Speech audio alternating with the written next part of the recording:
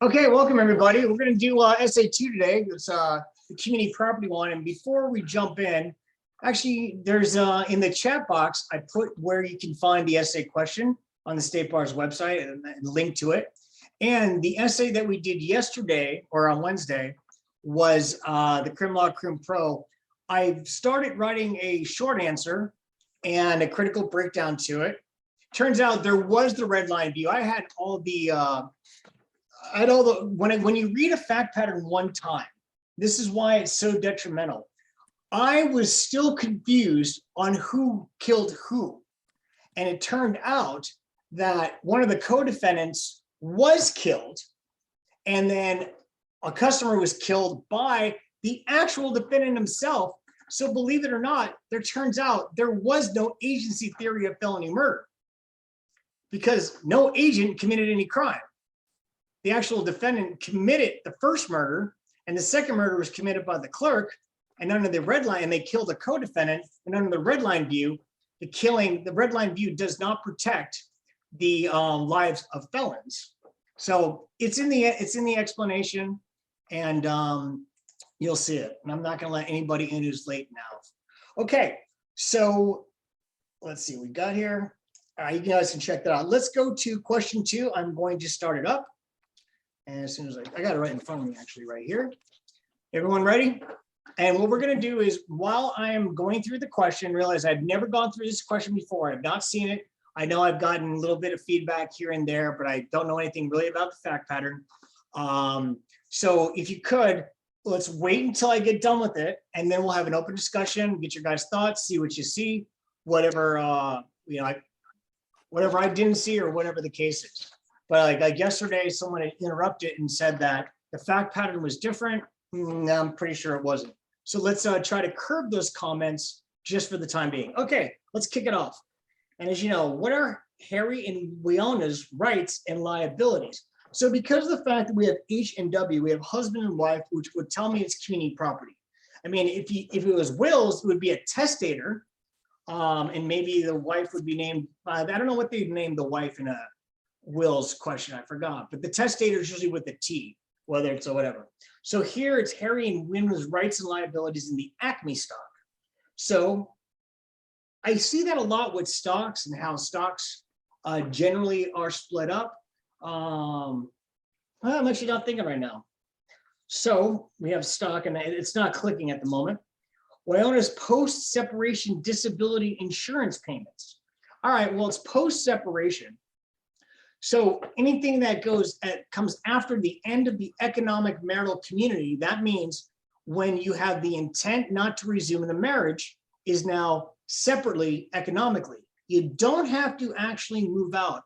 In fact, you can stay living with each other. My buddy still lives with his ex-wife, and they've been divorced for 5 years, but it's more easy and convenient that way. So post-separation disability insurance payments. I'm assuming disability goes to her pain and suffering, and she'll probably get that money because, in all fairness, if like they had to reimburse the community for, like, maybe they paid for doctors' fees or MRIs or whatever the case is, then that might go to the reimbursement of the spouse who paid her, the community that paid it. But if this is just going to go to pain and suffering, it's probably going to be hers. The investment account, okay, find out where the money came from in that account, and the loan for the sailboat. That goes down to the creditor's intent, who took out the loan, what's the purpose of it. I don't see anything here that the examiners don't test over and over and over again.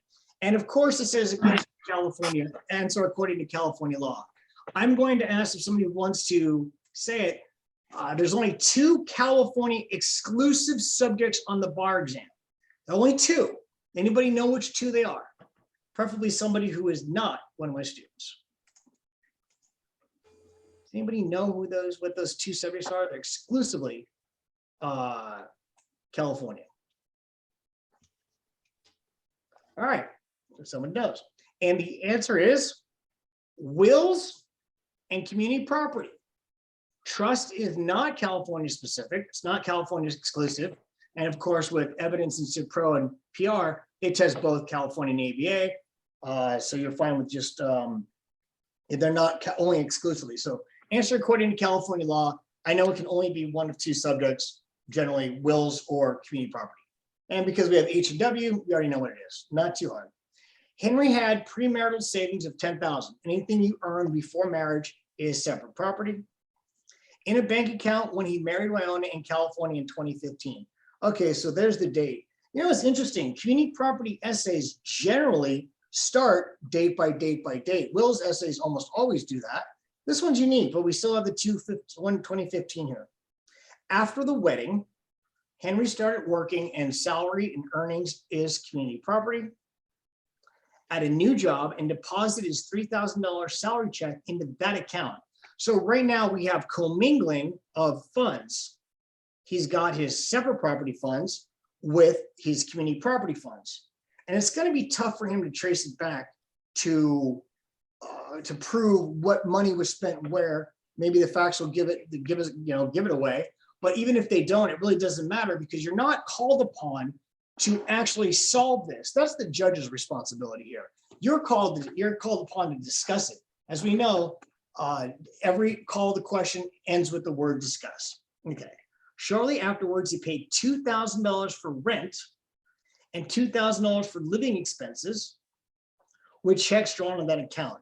So there's like what the exhaustion method of tracing, like have you exhausted all the community property first before you get to the separate property? Here, if he uses the community property first, he still has to take $1,000 out of the separate property.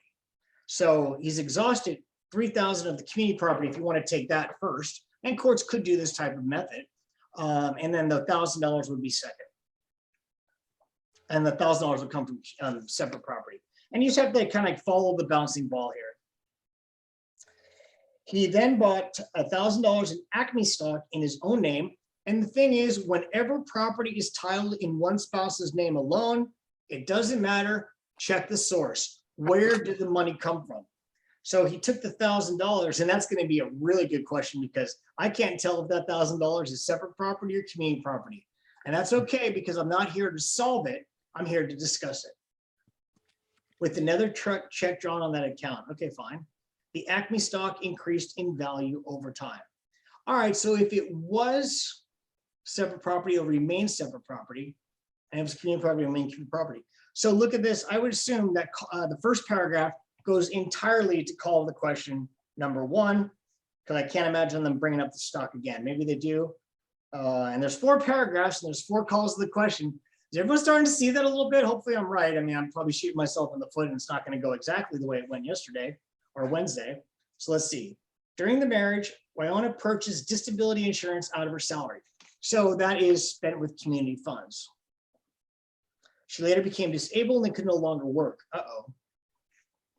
As a result, she became entitled to monthly disability insurance payments, which will continue until she reaches the age of 65. Wow. Huh. And this is me being stuck a little bit. So she became disabled. So this, I have to ask myself, is the money she's getting paid for the disability for her pain and suffering or to compensate her for inability to work? Because if it goes to her inability to work, then it's actually going to be community property because that would be the earnings and the salary and it's kind of intended to replace that.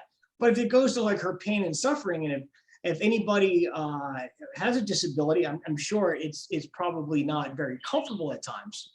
And there you go. That's all I would discuss there. And there's call number 2, goes to paragraph number 2, like clockwork almost. Thereafter, they decided to live separately.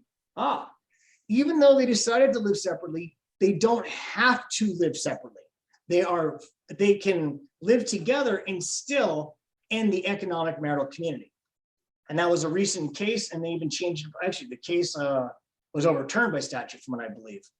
But to go to counseling with the hope of, so there you go, no intent, well, they have the intent to resume, excuse me.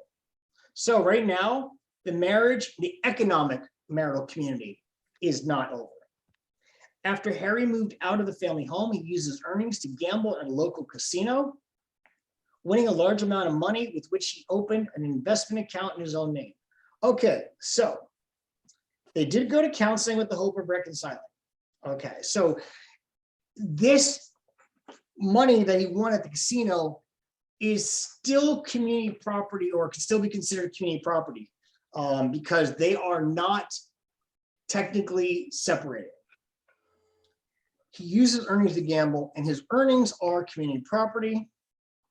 But gambling at a local casino is not for the benefit of the community. Does that play a role here?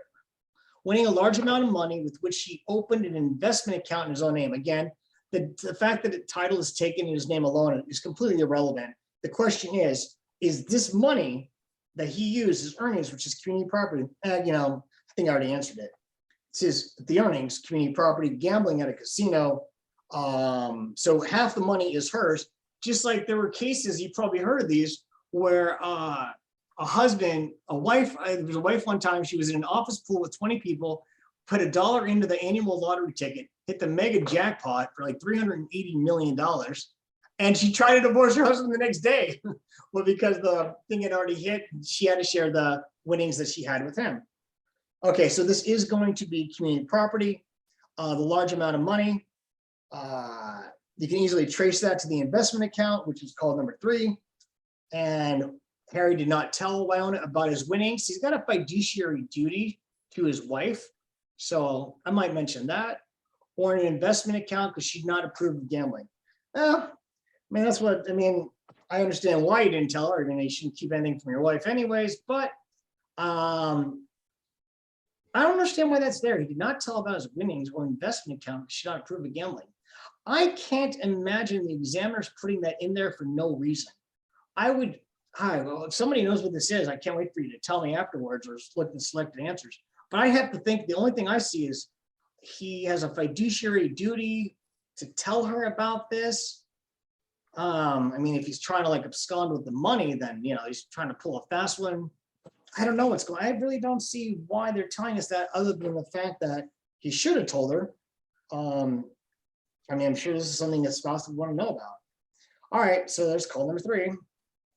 Subsequently, after a period of counseling, they concluded they could not reconcile, and they filed for dissolution. Okay, so this is the end of the economic marital community. A few days later, took out a loan to pay for a sailboat, hoping that would relieve the stress of the divorce. Okay, so this loan, wow, that's all they're testing on the loan? Interesting. Well, that would be his. There's got to be something else there because that's just way too straightforward. He takes out the loan. You don't even have to go into intent of the lender because it's his. They're not relying on any joint tax returns or anything like that to give them the loan. Essentially they're divorced at this point. So, all right, that's all that's going on. Number 4. I can't see anything else, but I just have a weird feeling I am missing something. All right, so what about the stock? Well, we're gonna have to do some tracing. We may have to exhaust it. There's another method that's escaping my mind right now. He did at least use $3,000 of the community property, so 1,000 of it is going to be a separate property, which is when he bought the stock. He's going to argue he paid $1,000 for the stock with his own separate property, and she's going to say that it was all commingled. And again, there's no right answer. And the Acme stock increased in value over the time, which would be to the benefit of the community if it was community property. So you just walk through that step by step. In terms of the post-separation disability, does it go to compensate her for the fact she can't work? It's only to the age of 65. It seems to me, now that I see that 65, is that most people retire at 65. And so it's not going to compensate her until the day she dies, which would be pain and suffering. So it seems like it's actually leaning towards compensating her for salary, which would be community property. The investment account, they have the intent to resume the marriage, so there's no intent to permanently separate. Even though he moved out, it doesn't matter. It's the intent that counts. He uses earnings, community property, and then it's going to be keeping it in his own name doesn't matter because it's still community property. And he has a fiduciary duty to let her know about these things. And now number 4, when they filed for dissolution, it's over, totally fine. The loan to pay for the sailboat is going to be his. Okay, so with that said, let's let's see what you guys think. I think it was straightforward. I still think there were like one or two little things that for some reason I just have a weird feeling I probably didn't catch. Or if I did a reread again, I'd probably see things a little differently like I did with age 65. So feel free, somebody raise their hand. Let's have an open discussion. I'd love to hear what you guys think about this essay. Nobody has any thoughts. All right, we're good. All right, take care, everyone. All right, if nobody wants to say anything, no one has any thoughts about like the fiduciary duty thing about his winnings. Go ahead, Rose, what do you got? I talked about the reimbursement versus the percentage of his investment to the community. Okay, and it did cross my mind, but what would he be reimbursed for?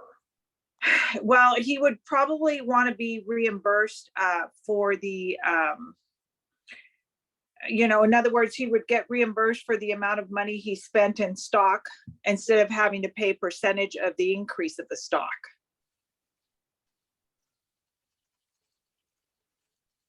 Okay, wait a second, I'm gonna put a note for somebody. You said now what? I'm sorry, one more time, I apologize. That's okay. The reimbursement of the money that was used in the community for the stock, he would want to reimburse the community versus having to reimburse for the increase, the percent that increased the stock.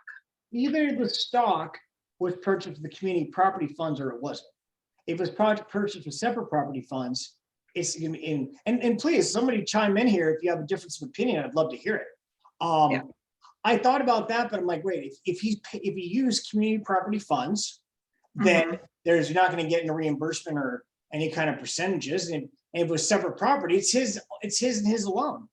So I just didn't see going down that path. Edson, did you go down that path by any chance? No, I just kind of kept it pretty simple. Okay.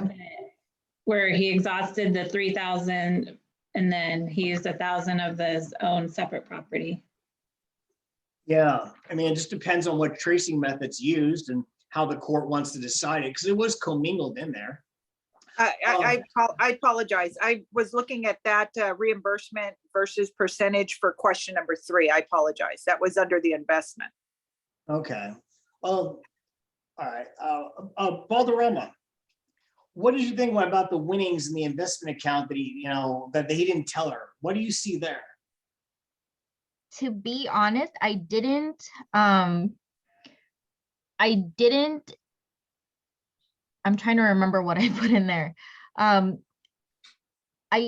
didn't discuss about like the fiduciary duty, but I remember I did say that because the earnings that were invested were still considered community property because the marital economic community hadn't quite ended because they were still going to counseling, that Winona ultimately got the investment was community property. Yeah, I get that part. I'm just talking specifically about the fact the last sentence in the 3rd paragraph that he did not tell her about the winnings. I mean, yeah, it's her money, whether he tells her about it or not, or that's not even an issue. The question is, why are the examiners going out of their way to say he did not tell her about this? Only thing I can see is a fiduciary duty. Let's see, anyone else? I think what I did is I started talking a little bit. I'm trying to remember what I did. I think I started talking a little bit about transmutation and that it wasn't intended to be a gift for her. I can't remember. I can't remember what I did. Well, don't try to remember what you did. Think about what you would do right now. It doesn't seem to pertain. Yeah, I don't see how anything was changed in the names or there's any kind of agreement or anything like that. Yeah, interesting. Marjorie, you're married, you should know these things. Yeah, I mean, What's your question? How much money have you stashed away from your husband?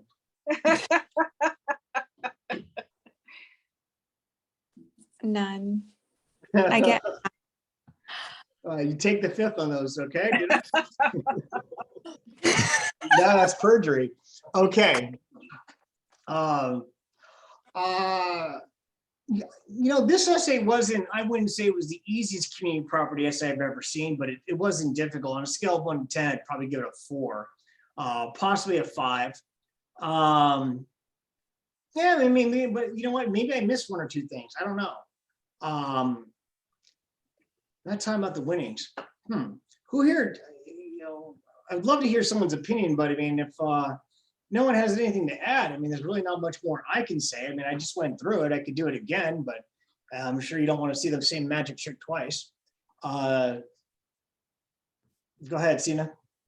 I would just, I did mention that fiduciary duty to the community, and each husband and wife have a right to manage the community property assets under a good faith.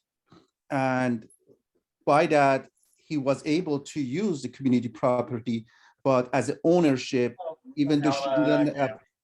So here's the thing: we're not really. There's nothing to do about managing or controlling it. It's like I'm specifically asking about the fact he didn't tell her. I mean, nobody's managing or controlling anything. He just went out and took some of his money, and he went gambling. But the fact he didn't tell her, anyways, I'm gonna skip past that essay because that issue. No one seems to be able to answer a direct question. Vivian, you see what I mean? When I ask a direct question, like you're the pinnacle example of that. You're the greatest example of that. Yeah, I have no idea what to even say because I feel like I don't even know how I would argue this essay right now because I've completely forgotten what I wrote back in February. And I think I missed the fiduciary thing too. I don't even remember what I would say. I don't even know what I'd say now. I need to go back and review the rules. Right. So yeah, and I know that a lot of you guys are trying to recall what you did, but I think that's a lesson in futility because I mean remember we talked last night and Vivian, you said that, oh, I brought up something about the maybe she shouldn't tell everyone at the hospital to get them all excited. And you're like, I never thought about that. And that was in your answer, for God's sake. Yep. You forget. It's so easy to forget. I know. And that's why I tell students, don't concern yourself or worry yourself about like, oh my God, I didn't do this. And you don't even know. I walked out of an exam one time. And on the last call of the question of the last essay, it hit me like 45 minutes after the exam. I'm like, gosh darn it, there was a quasi community property issue there that I just didn't even, I can't believe I didn't see that. There was some issue that I'm like, I didn't even see that. And I'm like, how the heck did I miss that? And it turns out when I went back and looked at it, it was absolutely written brilliantly and to perfection. And 45 minutes later, I thought I'd forgot about it. I'm like, I wrote that, I couldn't even imagine doing that. So when I tell students that their minds play tricks on them, that goes for everybody, including me. So don't beat yourself up on things that you think you did or you didn't do. And you're gonna start having all these regrets, especially coming up to May for those of you that took the February bar exam. It's kind of like, you ever got an AIDS test, you start thinking about all the things, oh shit, I should have done that. You have all those regrets. Oh, look at it. Who would have known that he used that needle too? So, it's like, but don't mess your mind up with those kind of things. You just don't know what you did and you don't know how they graded it. And you also will have probably a false misconception of what you should have done compared to what you needed to do or what you actually did. And I'll be honest with you, I don't even know if there was the fiduciary duty here. It could not have been here. How will I know? Let's see, who's one? Erica, how will I know whether or not the fiduciary duty thing was here? There's only one way I could ever tell. When the answers come out. Exactly. If both answers discussed it, then that's the examiner's way of telling me, yes, we were looking for that. And that's the beauty about those answers. It's the way to cross-check yourself to see okay, do I really understand this? which is why the review process is so important. Okay. I don't think we have much going on. I'll stick around and answer questions, but it does seem like you guys are just waiting to get to happy hour. And I'm okay with that. So if you guys want to ask questions about anything, let me know. I'll probably put together a critical breakdown with this. And I'll have that up by the next one. Speaking of the next one, we only have, again, we have like what, 50, 60 people less than we did last time. So you guys are here. Do you have a specific time? Or I should have done it Friday at 4. Just, you know, days don't really matter. They run all together for me. Does anybody have a time you want to do the next one?